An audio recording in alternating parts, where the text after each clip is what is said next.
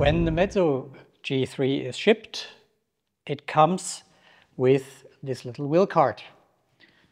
You can see it also here applied on the bottom. So in the crate of the base cabinet, this little wheel cart is already attached, and it's held here by these cutouts, which exactly fit here on the feet. And you also can see here the curvature as cutouts for the bass reflex tunnels. So while the speaker is standing on these carts, it is movable in the room, if, for example, to find out where it sounds best. So especially for the bass reflex voicing, it may be very helpful if the speaker is maneuverable.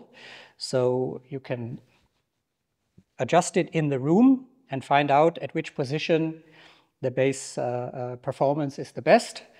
And you can be sure that this will be a believable result because the bass reflex tunnels are free.